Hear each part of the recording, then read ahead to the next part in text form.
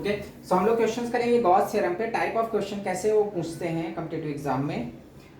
Statement तो simple है Gauss theorem का। If there is a closed loop, कोई भी अगर एक क्लोज्ड गॉसियन सरफेस है, दैट इमेजिनरी, हम कैसा भी सरफेस इमेजिन कर सकते हैं, उसके चार्ज अगर उसके अंदर हमारा जो चार्ज q है, so the total flux, total electric flux passing through this closed Gaussian surface, that flux is equal to total charge enclosed, इस Gaussian surface में कितना charge enclosed है, divide by epsilon naught. And electric flux is what? Number of electric lines of forces passing through unit area. अगर मान लो यहाँ पे हम छोटा सा एरिया ds लेते हैं, so उससे कितनी लाइंस जा रही हैं, बाद में उसको इंटीग्रेट कर देंगे, so we can get the total flux. So flux is equal to integration of E dot ds, where ds, this ds is the area of that small segment. अगर एक छोटा सा एरिया मैंने लिया, अगर टोटल एरिया लेते हैं तब फिर वो इंटीग्रेशन के बाद टोटल एरिया आ जाएगा. So phi is equal to what? Integration of E dot ds. It is dot product of electric field and that area का direction. या what we can write E ds cos theta. This is what the flux. So according to Gauss theorem, if a closed Gaussian surface, एक closed Gaussian surface होना चाहिए, तो जो closed Gaussian surface होता है उसके क्रॉस जो टोटल फ्लक्स, इससे जो फ्लक्स निकलेगा electric flux, that electric flux is equal to what? Total flux passing through a closed Gaussian surface is equal to total charge enclosed within that Gaussian surface. ये जो हमने Gaussian surface assume किया उसके अंदर कितना charge enclosed है, divide by epsilon naught. अब यहाँ पे जो ये लाइंस जनरेट करता है ना, तो ऐसा नहीं कि ये रिंग के जैसा, हमने जो स्फीयर assume किया दैट इज, हमने जो Gaussian surface assume किया that is spherical Gaussian surface. It is not like a ring, 2D lamina नहीं, वो हमारा 3 डायमेंशनल है. तो जो सेंटर पे अगर हम यहाँ पे इसको देखते हैं तो टोटल जो एंगल बनता है that is 360 degree. This 360 degree is what the angle.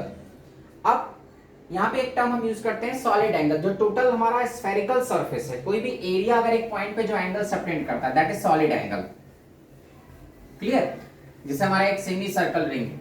अब मान लो अगर एक सेमी सर्कल रिंग है तो अपने सेंटर पे कितना एंगल बनाएगा? 180 डिग्री. लेकिन अगर एक समझो एक हेमिस्फेरिकल सरफेस है, तो हेमिस्फेरिकल सरफेस इस सेंटर पे एंगल नहीं फॉर्म करता, वो क्या फॉर्म करता है? Solid angle. पूरा का पूरा जो सॉलिड एंगल चारों तरफ से 3 डायमेंशनल लैमिना में, तो जो टोटल एंगल तो दैट इज सॉलिड एंगल. अब solid angle it is represented by omega. So solid angle का फॉर्मूला होता है omega is equal to, solid angle is equal to 2 pi 1 minus cos theta, where theta is what? Half angle. जो इसमें half angle बनता है, ठीक है, ये पूरा जो सरफेस है ना हेमिस्फेरिकल, वो आधा हाफ कितना एंगल बनाएगा? तो यहाँ पे देख लो, यहाँ पे हाफ एंगल कितना बनाएगा?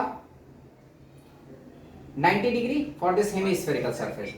तो ये हमारा theta is the half angle, ये याद रखना, ये हाफ एंगल है. हाफ एंगल तो हमको सॉलिड एंगल मिल जाता है. तो अगर यहाँ पे इसके हम ले निकालते हैं तो सॉलिड एंगल कितना हो जाएगा? 2 पाई 1 माइनस cos 90, और cos 90 जीरो होता है तो that is just 1 which is equal to 2 pi. तो देखो इस सेंटर पे जो सॉलिड एंगल बन रहा है वो 2 पाई बन रहा है, जबकि एंगल कितना बनता है? पाई. इस पॉइंट पे एंगल हमारा थीटा पाई है, जबकि सॉलिड एंगल कितना है? 2 पाई. जब टोटल का हेमिस्फेरिकल सरफेस, अगर if it is a semi circular ring, तो सेमी सर्कुलर रिंग अपने सेंटर पे एंगल कितना बनाएगा? 180 डिग्री. बट ये पूरा हेमिस्फेरिकल शेप है, मतलब पूरा 3 डायमेंशनल लैमिना कटोरे के जैसा उसको ढका हुआ है. So solid angle is what? 2 pi. तो सॉलिड एंगल का ये फॉर्मूला याद रखो, solid angle is equal to 2 pi 1 minus cos theta, where theta is the half angle. अब if it is a complete surface, ठीक है, तो ये हम सॉलिड एंगल यूज करेंगे बिकॉज़ जो हमारा फ्लक्स होता है ना, that flux is generated in all possible direction. तो हमको सॉलिड एंगल से हम देख पाते हैं कि कितना पार्ट कवर हो रहा है उस चार्ज का. Then we can find the flux passing through that area. So remember this formula, solid angle is equal to 2 pi 1 minus cos theta. अब देखते हैं हम इसको कैसे यूज करेंगे.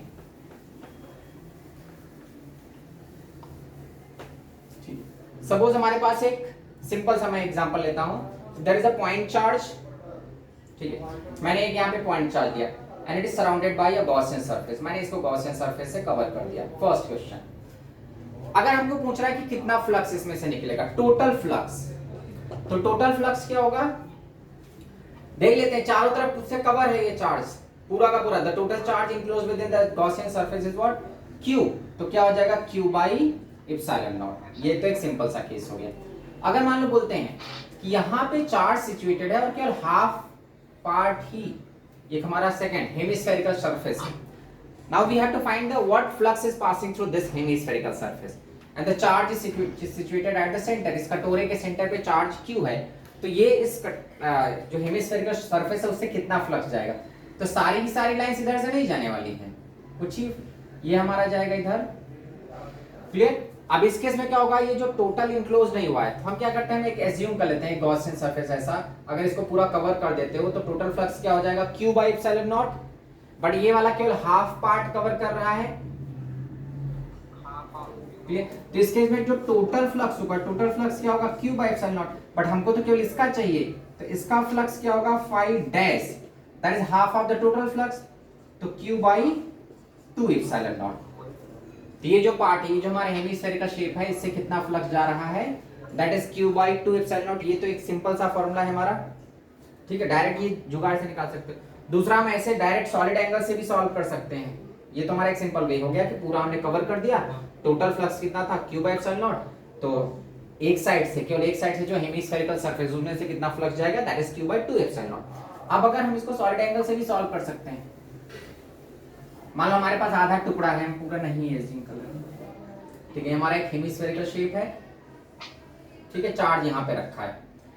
तो जो टोटल सेंटर पे अगर एक पूरा का पूरा क्लोज सरफेस होता है, तो क्लोज सरफेस 4 पाई सॉलिड एंगल फॉर्म करता है, ठीक है। अगर पूरा स्फेरिकल सरफेस होता है ना, अगर एक पूरा स्फीयर होता है, तो इस सेंटर पे कितना सॉलिड एंगल फॉर्म करता है, 4 पाई। एंगल 2 पाई होता है, और सॉलिड एंगल सेंटर पे कितना होता है, at the centre of a closed sphere solid angle is what, 4 pi.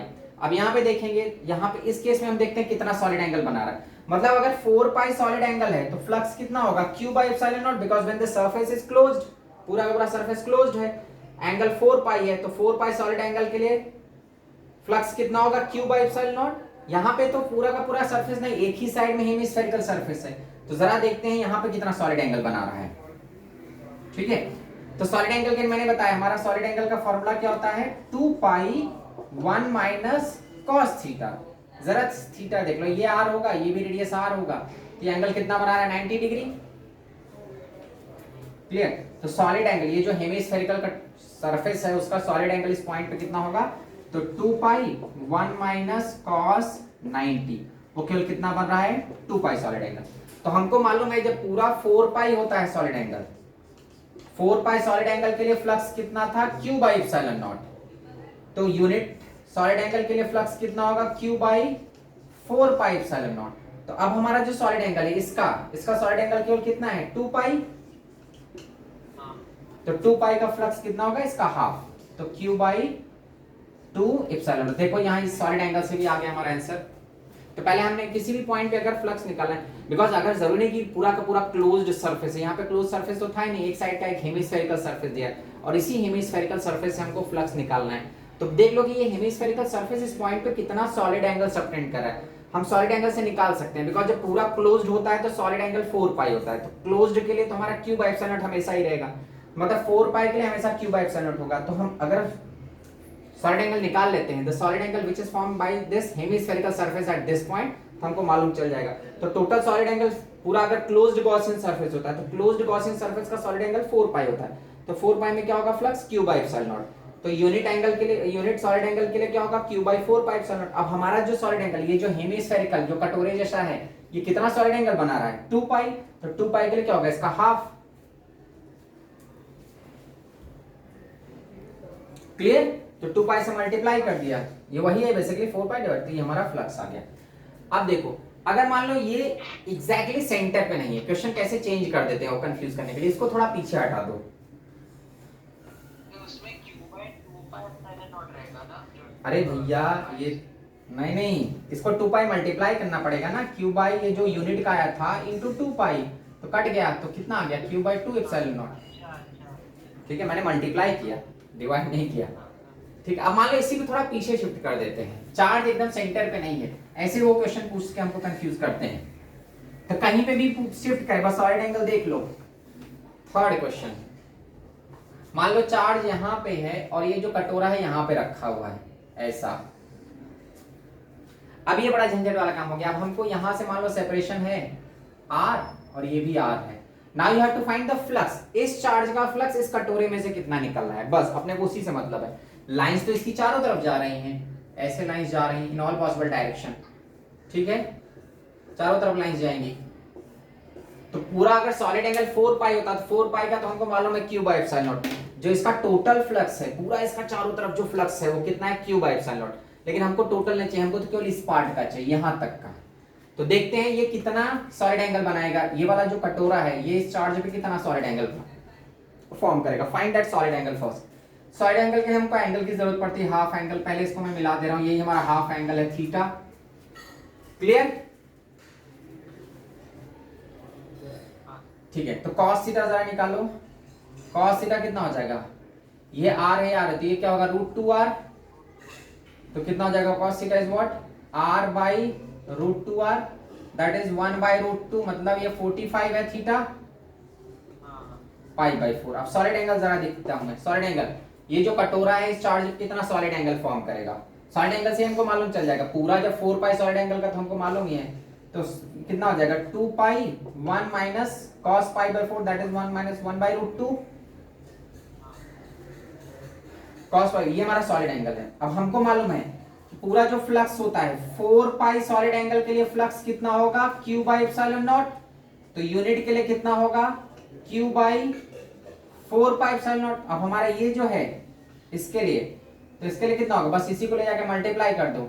So what flux is passing through this, ये इससे कितना फ्लक्स जाएगा, phi dash is equal to, ये हमारा सॉलिड एंगल आ गया। सॉलिड एंगल कितना आया है, ये part 2 pi 1 minus 1 by √2 into q upon 4 pi epsilon not. बस जो कट जाता है 4 2 कट जाएगा, तो फाई डैश कितना हो जाएगा, q upon epsilon naught 1 minus 1 by √2। इतना फ्लक्स पास कर रहा है उस कटोरे से। तो इसका जो टोटल है, टोटल 4 पाई सॉलिड एंगल बन रहा है। तो 4 पाई का तो हमको मालूम है, 4 पाई का हमेशा q बाई एप्सिलॉन नॉट होगा। तो 4 पाई का q बाई एप्सिलॉन नॉट है, तो यूनिट का कितना होगा, ये 4 पाई सॉलिड एंगल है। ठीक है, मैंने सॉलिड एंगल निकाल लिया है ना। क्यों सॉलिड एंगल पे जा रहे हैं, बिकॉज एक क्लोज्ड सरफेस है जिससे हम गॉसियन, जिसको गॉसियन सरफेस एज्यूम कर रहे हैं। तो पूरे 4 पाई से q बाई एप्सिलॉन नॉट है, तो unit angles, unit solid angle से कितना होगा, q upon 4 pi epsilon naught. तो अब हमारा जो ये आ रहा है ये वाला, इससे मैंने निकाल लिया phi dash is equal to, just इसको मल्टीप्लाई कर दो, यूनिट का मालूम है तो उसको मल्टीप्लाई कर दो। तो 2 pi 1 minus 1 by √2 q by 4 pi epsilon naught, या phi dash is equal to q by epsilon naught 1 minus 1 by √2। This is what the flux passing through this. ये सरफेस से इतना ही फ्लक्स जाएंगी लाइंस। इससे जो लाइंस निकल रही है वो कितनी है, कितना आ गया हमारा, q by epsilon naught 1 minus 1 by √2। Clear? अब मान लो इसके पोजीशन को मैं और चेंज करता हूं, दूर करते जाओगे, जितना दूर करते जाओगे फ्लक्स उतना कम होता जाएगा। ठीक है, मान लो मैं नेक्स्ट क्वेश्चन देखो 4, ये पॉइंट चार्ज यहां पे है, इससे मैं 2r डिस्टेंस पे एक हेमिस्फेरिकल सरफेस है, इसका रेडियस r है। ये जो हेमिस्फेरिकल सरफेस है उसका रेडियस r है, और ये यहां से यहां तक इसका सेंटर यहां से 2r के डिस्टेंस पे है। Now you have to find the flux. Total flux नहीं, टोटल फ्लक्स तो बहुत आसान है, इसको घेरा मार दिया, टोटल फ्लक्स क्या हो जाएगा, q by epsilon not. But हमको केवल इसका फ्लक्स चाहिए, इस कटोरे से कितनी लाइन जा रही है, और ये वाला पार्ट, बस इसी का फ्लक्स चाहिए केवल। तो फिर से हम वही काम करेंगे, क्या करने का, पहले हाफ एंगल निकाल लो, इसको मिला, ये हमारा हाफ एंगल है। सो हाफ एंगल कितना हो जाएगा, थीटा, cos थीटा निकाल लेते हैं। cos थीटा क्या होगा, adjacent, adjacent is 2r divide by, ये कितना आ जाएगा, √5r। पाइथागोरस थ्योरम से कितना हो जाएगा, √5r, ये कट गया तो 2 बाय √5। अब सॉलिड एंगल निकालो। सॉलिड एंगल क्या होता है, 2 pi 1 minus cos theta. cos theta कितना है, 2 बाय √5। क्लियर? अब हमको मालूम है पूरा 4 पाई अगर क्लोज्ड सरफेस होता तो फ्लक्स कितना होता, q by epsilon not. Unit solid angle के लिए q by 4 pi epsilon naught. तो अब हमारा ये वाला सॉलिड एंगल है, तो इसके लिए कितना होगा, जस्ट मल्टीप्लाई कर दो, तो q upon 4 pi epsilon not and 2 pi 1 minus 2 by √5। इसी को कैंसिल कर लो, ये पाई पाई कट जाएगा, तो कितना फ्लक्स आ रहा है, phi dash q by 2 epsilon naught 1 minus 2 by √5। Answer ऐसे ही टर्म में दिया रहेगा। क्लियर?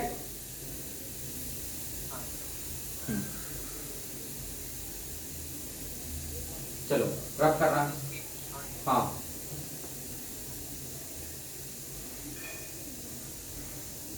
ठीक है, रब करूं।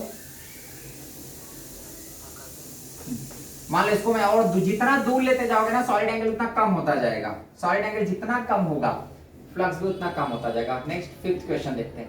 यहाँ पे हमारा पॉइंट चार्ज है, चार्ज बदल दे रहा हूं मैं क्योंकि हमेशा क्यू, मान लो यहाँ पे 4q चार्ज रखा है और इससे यहाँ पे एक हेमिस्फेरिकल सरफेस है, इससे 3r डिस्टेंस पे और इसका रेडियस r है। Now you have to find the flux passing through this hemispherical surface. इस हेमिस्फेरिकल सरफेस से कितना फ्लक्स जाएगा। तो फ्लक्स तो वैसे बहुत है इसके चारों तरफ लाइंस जाने वाली हैं, बट हमको पूरी दुनिया भर की फ्लक्स तो नहीं चाहिए, हमको तो केवल इसका फ्लक्स निकालना है। The flux passing through this hemispherical, total flux तो फिर से मालूम है ना 4q/ε0 हो जाएगा। इसका जो टोटल फ्लक्स है दैट इज 4q/ε0, बट वो नहीं चाहिए अपने को इस कटोरे में से कितनी लाइन निकल रही है, ये वाली केवल चाहिए फ्लक्स यहां से, ठीक है। Only this flux is required, जो यहां से निकल रही है बस। तो फिर से हम देखेंगे कि ये कितना एंगल, टोटल 4π का कितना पार्ट ये कवर करने वाला है। तो फिर से क्या करो, हाफ एंगल निकालो, इसको यहां से कनेक्ट कर दो, यही हमारा हाफ एंगल है। हाफ एंगल से सॉलिड एंगल मिल जाएगा, फिर हम निकाल लेंगे। तो थीटा कितना बनेगा, cos theta. cos theta is what, adjacent that is 3r divide by hypotenuse, ये क्या होगा √10r आ जाएगा। क्लियर। सो 3/√10, बिकॉज हमारा हाइपोटेनस कितना होगा √10r। हमको आ गया हाफ एंगल मिल गया। आप सॉलिड एंगल निकाल लो, solid angle is 2π 1 - cos theta that is 3/√10। ये सॉलिड एंगल है इस सरफेस का, इस हेमिस्फेरिकल सरफेस का। अब वही यूनिटरी मेथड निकाल लो, पूरा जो सॉलिड एंगल 4π होगा तो 4π में कितना फ्लक्स जाएगा 4q/ε0। क्लियर। अगर इसको पूरा घेरा मारते हैं, पूरा कवर करते हैं तो सॉलिड एंगल 4π होगा। 4π में टोटल फ्लक्स कितना होगा 4q/ε0, बिकॉज यहाँ पे चार्ज मैंने 4q लिया है। तो यूनिट सॉलिड एंगल में कितना होगा 4q/4πε0 दैट इज q/πε0। अब मुझे अपने इस सॉलिड एंगल के लिए चाहिए, इस कटोरे के लिए चाहिए फ्लक्स। तो देख लो कितना होगा, ये मल्टीप्लाई कर दो बस। तो q/πε0 इंटू 2π 1 - 3/√10, पाई पाई कट जाएगा तो हमारा फ्लक्स कितना आ जाएगा इस कटोरे से 2q/ε0 1 - 3/√10।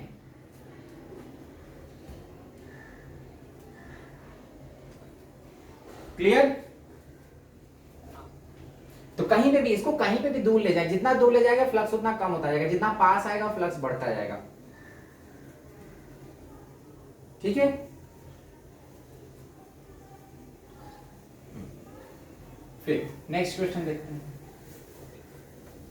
जो टोटल फ्लक्स निकालना होता है ना गॉस थ्योरम में, टोटल फ्लक्स बड़ा आसान है, लेकिन अगर एक टोटल फ्लक्स नहीं एक फ्रैक्शन ऑफ एरिया में से ही फ्लक्स पूछ रहा है। जैसे मान लो नेक्स्ट क्वेश्चन देखते हैं, बहुत आसान होगा। अगर तुम्हारे पास एक गॉसियन सरफेस है, अब बोलता है चार्ज यहां पे रखा हुआ है, ठीक है, बहुत इजीली निकाल सकते हो। इसका टोटल फ्लक्स क्या होगा q/ε0, बिकॉज कवर्ड है, अंदर ही है पूरा, ठीक है। अगर ये ठीक है, अब कंफ्यूजन हमको कब आ जाएगा कि अगर वो बोलते हैं ये टोटल फ्लक्स नहीं पूछ रहा है, वो बोल रहा है कि ये जो हमारा सरफेस है ना पूरा नहीं केवल हेमिस्फेरिकल है ऐसा, और चार्ज यहां पे रखा हुआ है इससे r/2 डिस्टेंस पे, और ये r है। आप थोड़ा सा कंफ्यूजन हो गया।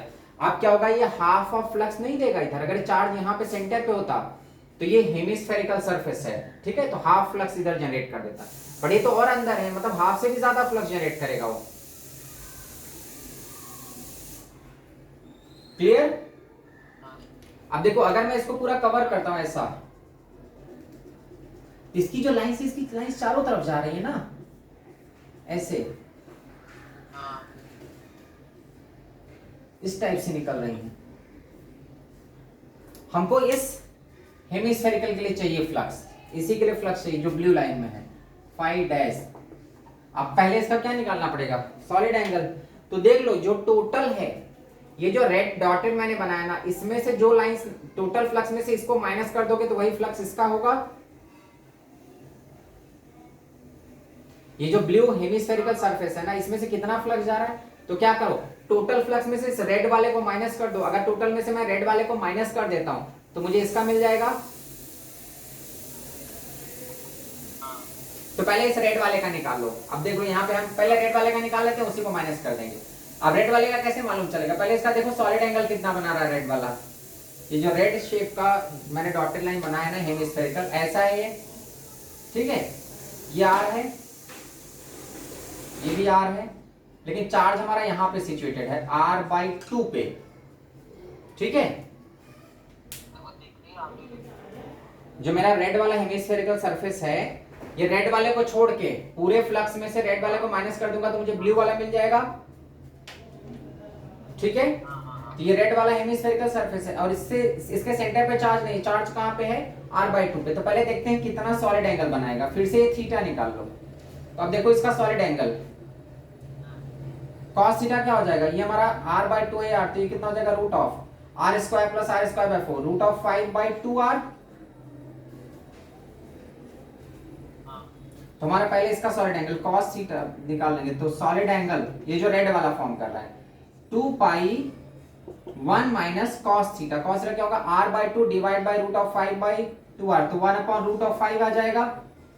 cos थीटा यहां से निकाल लो, cos थीटा कितना हो जाएगा, cos theta is r/2 divide by root of 5r/2, cut गया तो कितना आ जाएगा 1/√5, ठीक है। ये हमारा सॉलिड एंगल है किसका, रेड वाले पार्ट का। इसको निकाल के मैं माइनस करने वाला हूं टोटल में से, तब मुझे ब्लू वाले पार्ट का मिलेगा।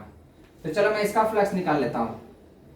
तो 4π के लिए हमको मालूम है, 4π के लिए क्या होगा q/ε0, यूनिट एंगल के लिए क्या होगा q/4πε0। तो इस सॉलिड एंगल के लिए, इस सॉलिड एंगल के लिए कितना हो जाएगा q/2ε0 1 - 1/√5। ये इतना फ्लक्स है, ये जो फ्लक्स आ रहा है किसमें से जा रहा है, इसमें से पास कर रहा है। लेकिन ये वाला पार्ट हम, ये जो फ्लक्स निकाला मैंने, this flux is passing through this red part, लेकिन हमको इसका नहीं चाहिए, हमको तो ब्लू वाले पार्ट का चाहिए। तो जो टोटल फ्लक्स था, टोटल फ्लक्स कितना था q/ε0, q/ε0 में से इस फाई को माइनस करना पड़ेगा। जो हमारा फाई आ रहा है ना रेड वाले पार्ट के लिए, वो कितना आ रहा है q/2ε0 1 - 1/√5। तो जो टोटल था उसमें से इसको माइनस करोगे तो हमारा ये ब्लू वाले पार्ट का आ जाएगा। ये 5b मैं लिख दे रहा हूं, ब्लू पार्ट में से जो जा रहा है, क्लियर। तो अब निकालो, अगर हमको 5 जो ब्लू वाला हेमिस्फेरिकल सरफेस में क्या करने का, टोटल फ्लक्स माइनस रेड वाले पार्ट में से, ये जो टोटल फ्लक्स था उसमें से ये रेड वाले को माइनस कर दोगे तो ये ब्लू वाले पार्ट का फ्लक्स मिल जाएगा। तो 5b टोटल फ्लक्स कितना होगा q/ε0 माइनस रेड वाले का जो मैंने निकाला है, रेड वाले का कितना निकाला है q/2ε0 1 - 1/√5। बस इसी को सिंप्लीफाई कर लो। तो ब्लू वाले पार्ट में से क्या होगा q/ε0 कॉमन ले लो, 1 - 1/2 माइनस प्लस 1/2√5, मतलब ये आ जाएगा q/ε0 1 - 1/2, तो 1/2 प्लस 1/2√5, 1/2 कॉमन भी ले सकते हो। तो q/2ε0 1 plus 1/√5। This is what the flux which is passing through this blue part. इस वाले ब्लू पार्ट से कितना फ्लक्स जा रहा है। टोटल फ्लक्स गॉस थ्योरम का एकदम आसान है। Total flux total charge upon epsilon not, but total पूछता नहीं, वो ऐसा देगा टेढ़ा इस हेमिस्फेरिकल। अब इधर क्या हमारी मजबूरी, आधा भी नहीं कर सकते, बिकॉज यहाँ पे होता तो हम इसको आधा दे देते, बट ये तो और अंदर घुसा हुआ है। जब और अंदर है तो और ज्यादा फ्लक्स आएगा इसमें।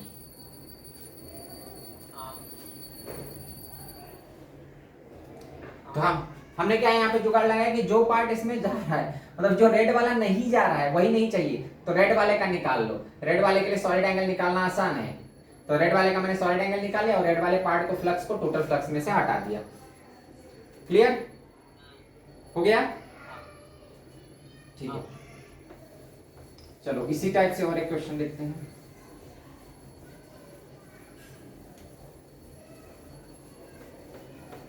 इसलिए गॉस थ्योरम सुन के बहुत आसान लगता है q/ε0, लेकिन q/ε0 पे क्वेश्चन आते नहीं डायरेक्ट, वो ऐसा दे देंगे कि जिसमें कंफ्यूजन होता है फिर। चलो नेक्स्ट 7th क्वेश्चन। मान लो ये हमारा ये ऐसा कटोरे के जैसा है और चार्ज यहाँ पे रखा है, यहाँ पे, ठीक है, एकदम r और r। अब हमको फ्लक्स निकालना है इस चार्ज का, इस ब्लू वाले सरफेस से कितना फ्लक्स जाएगा, मतलब इसकी जो चारों तरफ लाइन जा रही हैं, ठीक है, तो इसका मैक्सिमम इतना फ्लक्स तो निकलेगा इससे, ठीक है, यहां तक कि पूरा ब्लू वाला पार्ट है इसका फ्लक्स है। क्लियर? हमको ये फ्लक्स फाइंड करना है, flux passing through this part, इसका फ्लक्स ब्लू वाले जो हेमिस्फेरिकल सरफेस मैंने बताया उसमें वही फ्लक्स निकालना है। तो क्या करेंगे, पूरा ये ब्लू वाला पूरा तो नहीं कवर कर रहा है उस चार्ज की लाइंस को, बिकॉज चार्ज की लाइंस तो इधर भी जा रही हैं, इधर भी लाइंस हैं। ये जो ब्लू वाला पार्ट है पूरा नहीं कवर कर रहा है, कुछ पार्ट छूट रहा है। कौन सा पार्ट छूट रहा है? ये वाला जो रेड वाला डॉटेड लाइन है ये छूट जा रहा है। क्लियर? हाँ, तो मैं इसी का रेड वाले का निकाल लूंगा और टोटल में से उसको माइनस कर दूंगा, तो मुझे ब्लू वाले का मिल जाएगा। अब चलो रेड वाले का देख लो। रेड वाले का पहले सॉलिड एंगल निकाल लेते हैं। ठीक है, ये हमारा जो रेड वाला स्फेरिकल सरफेस है, एक सेकेंड। ठीक है, ये रेड वाला मैं यहाँ पे बना रहा हूँ, ये जो डॉटेड है ऐसा। ठीक है, तो यार एक ऐसा हेमिस्फेरिकल भी बना दो ऐसा। चार्ज यहाँ पे सिचुएटेड है, यहाँ से कितना है r, ये भी कितना है r। तो देख लो रेड वाला उस चार्ज पे कितना सॉलिड एंगल सबटेंड करेगा। पहले हाफ एंगल निकाल लो थीटा, तो फिर से cos थीटा कितना हो जाएगा, ये √2r आएगा, तो 1/√2। cos थीटा कितना हो गया, 1/√2। ठीक है, यहाँ का एंगल मालूम चल गया। अब सॉलिड एंगल निकाल लेता हूँ मैं, तो सॉलिड एंगल क्या हो जाएगा, 2π 1 - cos थीटा, तो 1/1/√2। मतलब इतना सॉलिड एंगल रेड वाला कैप्चर कर रहा है। तो पहले इसका फ्लक्स निकाल लेता हूँ। तो जो फिर से वही कॉन्सेप्ट, 4π के लिए फ्लक्स कितना है, q/ε0। यूनिट के लिए कितना होगा, q/4πε0। तो जो हमारा फ्लक्स है रेड, मतलब इस सॉलिड एंगल के लिए, तो कितना हो जाएगा, मल्टीप्लाई कर दो, तो ये आ जाएगा q/2ε0 1 - 1/√2। ये फ्लक्स किसका निकला, ये फ्लक्स हमारा रेड वाले पार्ट का, जो रेड वाले सर्कल से, इस रेड वाले सर्कल से, डॉटेड सर्कल, डॉटेड स्फीयर से कितना जा रहा है, q/2ε0 1 - 1/√2। बट हमको तो ये नहीं चाहिए, हमको तो ब्लू वाला चाहिए। तो टोटल जो हमारा ब्लू वाला फ्लक्स निकालना है, उसको क्या करो, टोटल फ्लक्स में से रेड वाले फ्लक्स को माइनस कर दो। अब टोटल फ्लक्स हमारा कितना होता है, टोटल चार्ज कितना कवर है, ये पूरे गॉसियन सरफेस में चार्ज कितना कवर हो रहा है, q है, तो q/ε0 minus this part, q/2ε0 1 - 1/√2 5b। अब इसमें क्या होगा, q/ε0 कॉमन हो जाएगा, q/ε0 इधर क्या होगा, 1 - 1/2, तो 1/2 बचेगा, ये प्लस हो जाएगा, प्लस 1/2√2। तो फिर से flux passing through this blue part, ये जो ब्लू कलर का हेमिस्फेरिकल सरफेस है, तो 2 को भी बाहर निकाल दो, q/2ε0 1 + 1/√2।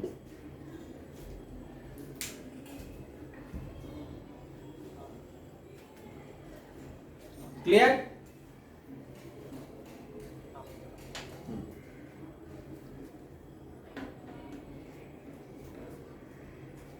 ठीक है, रब करो।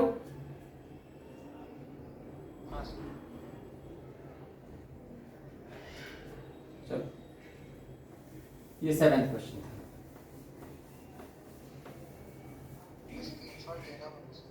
हाँ,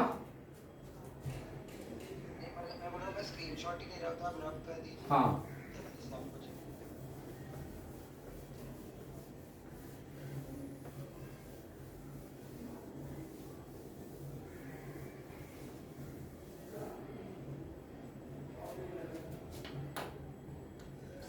एट क्वेश्चन देखो, फिर से देख लेते हैं। अगर मान लो हमारे पास यहाँ पे क्यू चार्ज है, मान लो एक सिलेंड्रिकल शेप है ऐसा, इस सिलेंडर का रेडियस r है और इसका ये लेंथ है l, और चार्ज यहाँ सेंटर पे रखा हुआ है। ठीक है, एकदम से। तो अब अगर इस सिलेंड्रिकल शेप से ये जो सिलेंडर है, इसे पूरा फ्लक्स निकालना है, तो पूरा फ्लक्स जो टोटल फ्लक्स है उसमें कुछ झंझट ही नहीं, total charge cover divide by ε0। Cylinder का लेंथ कितना है, रेडियस क्या है, कोई फर्क नहीं पड़ता, ये पूरा कवर तो कर रहा है ना चार्ज को। तो इस सिलेंडर से टोटल फ्लक्स कितना जाएगा, q/ε0। क्लियर? ये हमारा टोटल फ्लक्स है। वो क्वेश्चन को कैसे घुमाएंगे कि सिलेंडर का टोटल नहीं पूछेंगे। अब नेक्स्ट देखो, मैं क्वेश्चन बदल दे रहा हूँ, इसका वो ले लो स्क्रीनशॉट, तो मैं बदल दूंगी। ये टोटल तो निकालना आसान था। अब मैं नेक्स्ट 9th क्वेश्चन, तुमको केवल इसका बताना है, इस वाले पार्ट में से इसमें फ्लक्स बताना है केवल। चार्ज सेंटर पे है और इसका रेडियस r है। अब यहां पे थोड़ा सा झंझट हो गया। ठीक है, यहां पे क्या होगा कि अब ये जो चार्ज है ना इसकी लाइन चारों तरफ जा रही है, लेकिन हमको तो केवल इस पार्ट का चाहिए। अब देखो ये डिस्क के जैसा है, ठीक है, ये जो डिस्क शेप है उसमें से कितना जाएगा, तो हम क्या करते हैं, हम इसको एक सर्कल ऐसा एज्यूम कर सकते हैं, बिकॉज जो डिस्क में से जाएगा वही पीछे वाले सर्कल में से भी जाएगा, मतलब स्फीयर से भी जाएगा। ये जो कोन के जैसा मैंने बना दिया, जो इसमें से पास होगा वही तो आगे पीछे भी लाइन, जो डॉटेड में से भी वही जाएंगे, जो डिस्क में जाएगा वही पीछे वाले कोन में भी जाएगा। बस इसी कोन का फ्लक्स निकाल लो। अब कोन का फ्लक्स कैसे निकालेंगे, फिर से हमको सॉलिड एंगल की जरूरत पड़ेगी। तो यहाँ पे ये है और ये हाफ एंगल निकाल लो। हाफ एंगल निकालना फिर से आसान है, ये कितना है, आर है, ठीक है। तो सॉलिड एंगल निकालते हो अगर, और ये वाट कितना होगा, L/2 होगा, तो ये कितना हो जाएगा, root of L²/4 plus R square. Clear?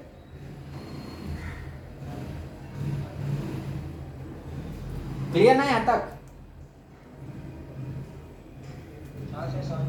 ठीक है ना, तो ये L/2 है, ये R है, तो ये हमारा हाइपोटेनस कितना होगा, root of L²/4 plus R square. मुझे इस पार्ट, इस शेडेड पार्ट से ही केवल निकालना है, ये जो डिस्क के जैसा सरफेस है, पूरा नहीं, पूरा तो आसान है, क्यूब एप्सिलॉन, केवल इस पार्ट का। तो यहाँ पे पीछे मैंने एक हेमिस्फेरिकल सरफेस जैसा बना दिया, गॉसियन सरफेस। अब देख लेता हूँ, जो इसमें से जाएगा वही तो पीछे से भी पास होंगी लाइंस, तो मैं कर्व सरफेस का ही निकाल ले रहा हूँ, वही हमारा डिस्क का होगा।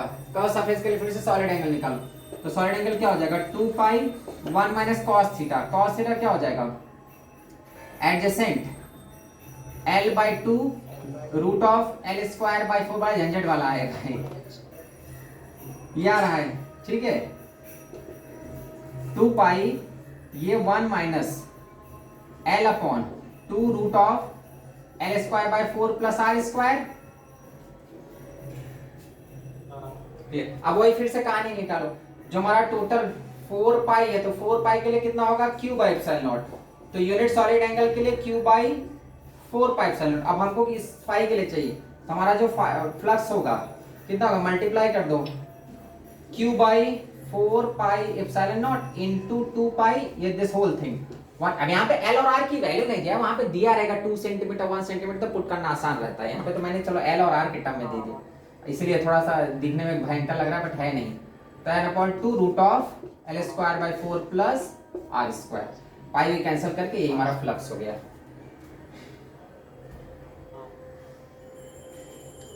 तो इस केस में अगर ये जो हमारा सिलेंड्रिकल सरफेस है ना, सिलेंडर के सेंटर पे चार्ज है, तो सेंटर का टोटल फ्लक्स निकालना आसान है, दैट इज सिंपली Q/ε0।